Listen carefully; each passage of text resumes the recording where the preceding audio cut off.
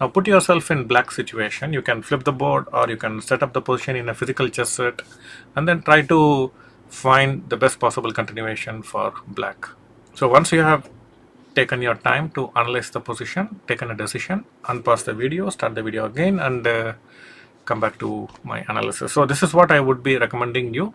Whenever you feel like, keep pausing the video very often, put the position in a physical chess set, try to think on your own, find the moves, find the variations, find the resources yourself, and then keep comparing with what I am suggesting in the video. So if you just listen and see and hear all the analysis, it won't improve your chess strength. So if you want to improve your chess strength, you need to know, you need to learn how to analyze in different situations. Not only in pleasant situations, you also should be able to analyze objectively in unpleasant situations. Okay, so the proper training is not by hearing and seeing, but by actually thinking. Okay, so the best training where you keep thinking and trying to find resources yourself. Okay, so the best move for black here is king h8. Not an easy move, but it's a prophylactic move. We don't know which rook is coming to e7 and give a check. This is always an uncomfortable moment for black. So after a check, you anyway have to move. So it makes sense to move. Simply accept that you're going to lose this pawn anyway. So why not give it up immediately? At the same time, keep the king out of any possible checks. Now Adhiban took this pawn, and probably here he felt there are some ideas related to knight g6 check.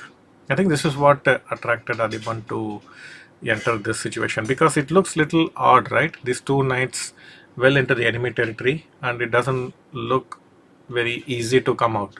There's no obvious way to bring the knights out, because the other knight will be hanging, right? So why did he get himself into this mess? I think he was considering something like this. Let's say, suppose a move like this. Now I give a check. If you capture with this, I take here, and if you capture with the h pawn, so I can give a check, and then I'll win the queen by force. So I think this is what kind of attracted him to enter into this. Now again, so here he took queen takes b2.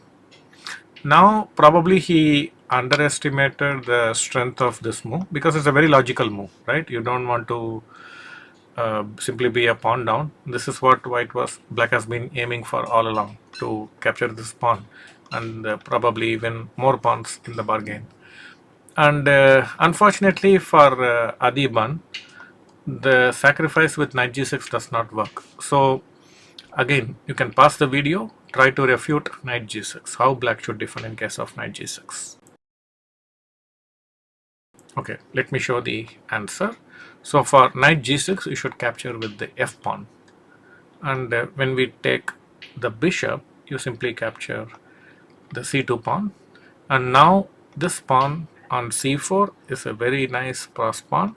Once it comes to c3, the bishop will ensure it is extremely safe, very advanced to pass pawn on the 6th rank, and also we are threatening queen takes f2 check or queen takes a2, right? So white is much better here, and unfortunately for him, he is not able to play rook e2 because the rook is hanging. Okay, so it's not easy to defend these guys. So white black is clearly better. So probably this is what Adhiban missed, that he can take queen b2 and his threat of knight g6 is not actually working because of this queen c2. So for queen b2, what Adhiban did, again you can pause the video, try to find the best defensive resource for white. Not easy. Try to defend this position. You can pause the video, maybe like 5 to 10 minutes. You can think in this position. Not easy.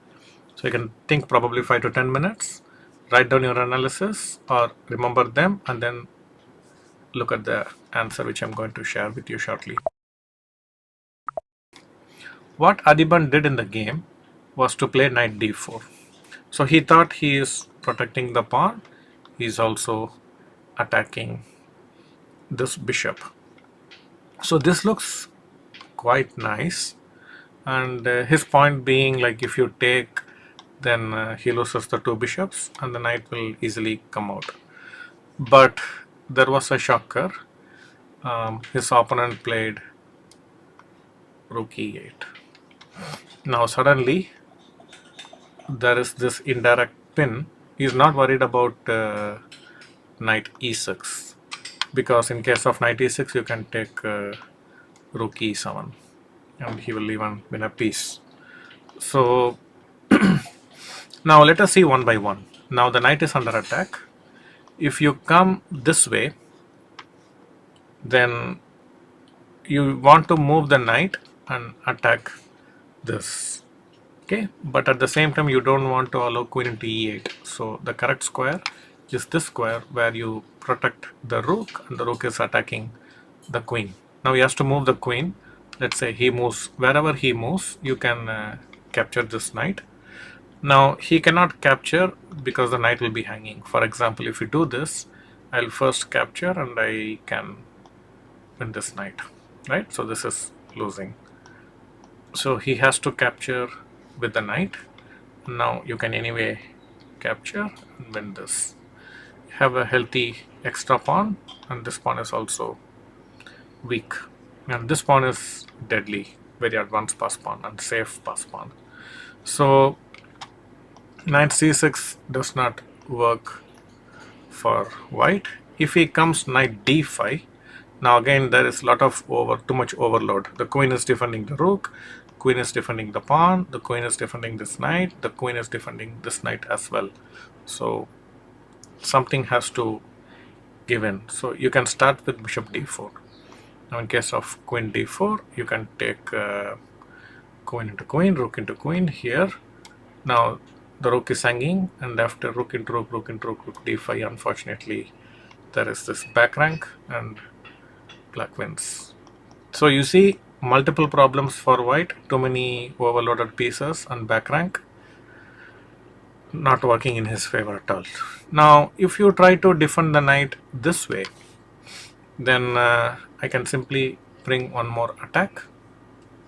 The knight has nowhere to go, so he has to come knight d5. Here you can just take this, and when you capture, queen c2.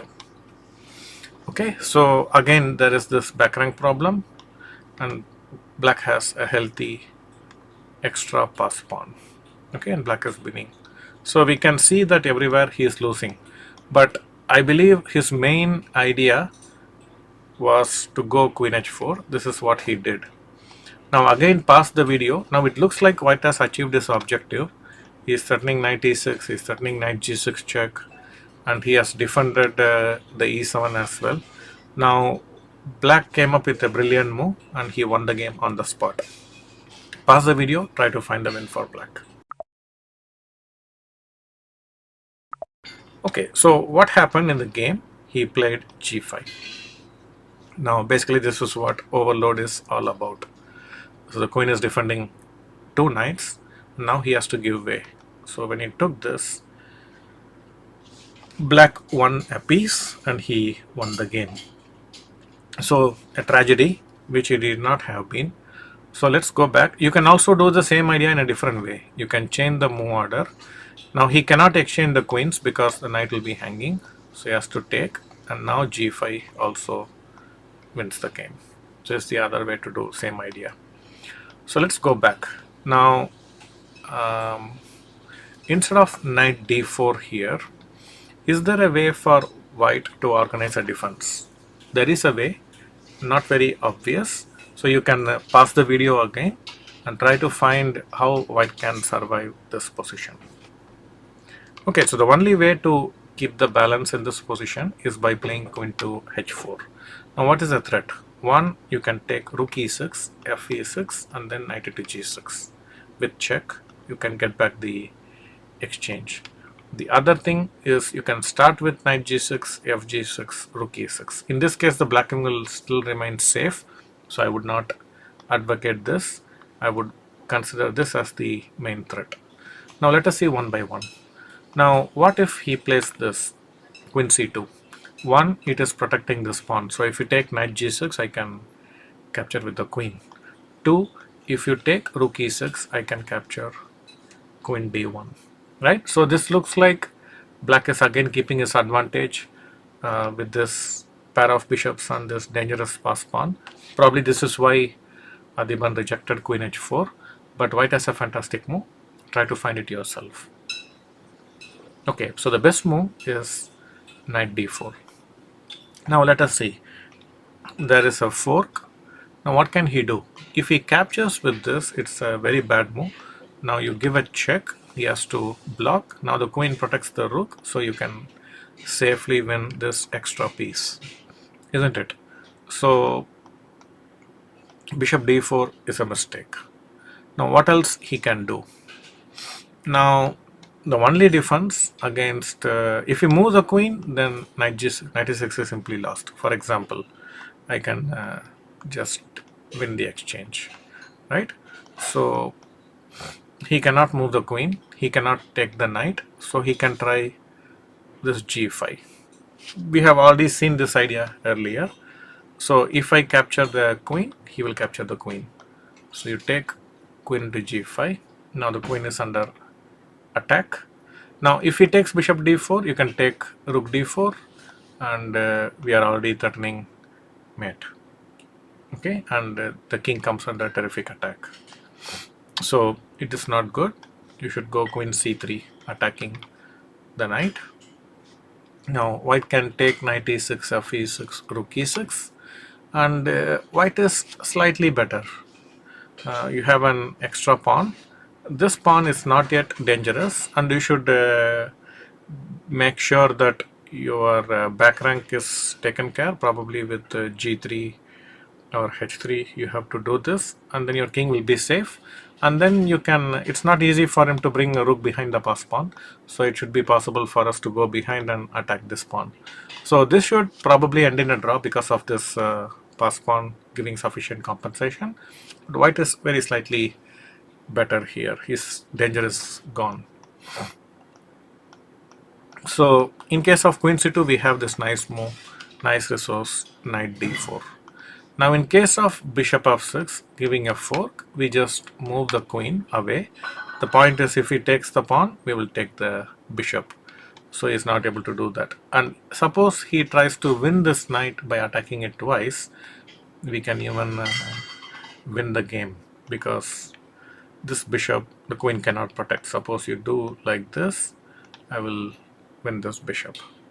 Okay, when you have to abandon the queen from this diagonal, and he loses this bishop with check. So as you can see, for bishop f6, you have the safe option queen f4. Now what happens to endgame? Because there is a saying, in case of pair of bishops, they are very good in endgame. But here you can take, and don't give him time, start giving threats, attack the bishop. Now the point is, if you go back the bishop, white even becomes better. He is going to win this pawn. Okay, so he cannot move the bishop, and he can try like this. So in case of taking the bishop, you can take my knight. But here there are some funny combinations. If you want, you can pause the video and try to find these crazy ideas. Anyway, let me show some funny variations, just to show how many resources are hidden in the position. So you are supporting this, and now knight f6. Now the point is, if you take this, there is no way to stop this mate. Wonderful, isn't it? How very minimal number of pieces, they coordinate very well. So here black has to find this resource. Now I cannot save both the knights, so I have to choose which knight I'm going to give. Now it's better to keep this knight, because there is some attack, and you're also preventing the king from escaping. So when he takes this, you give check. Again, if he goes here, I can play knight f6 and threaten mate. If you come here, at least I'll have this draw. He cannot escape from this draw. And so he has to play king to f8, so that knight f6 does not come with any direct mating threats. In this case, you can take this idea, rook h8, and winning the piece. So he has to come to this open file, threatening mate. and here you give check. When he comes here, you give check. If he goes back, then this is coming. If he goes king f8, rook h8 is a draw. If he tries to come out, you capture one more pawn. And you can see like you have two pawns for the exchange, and you can easily get rid of the back rank problem, and your king side will be very safe. Now once you remove this pawn, which is quite dangerous, and you can also see that knight e3 will take care of the c pawn as well, and then you can clear the back rank. So this gives very good compensation, and white is out of danger. So you see, the point is there are many resources hidden in the position, not only for ourselves but also for our opponent. And through our training at home, and also while playing in a tournament game or with friends, we have to improve this skill, this ability to find the resources, okay, in all kinds of situation. This is one of the main aims of preparing at home. So don't take your home preparation casually. You have to do good quality home preparation if you want to make progress in your chess strength. Okay, happy learning. So with this, we will come to the conclusion of this video. And if you have any interesting comments, please post it in the comment section, and also subscribe to the video. And if you know anyone who are interested in learning chess the right way, please recommend the channel to such people. Okay, take care. Bye bye.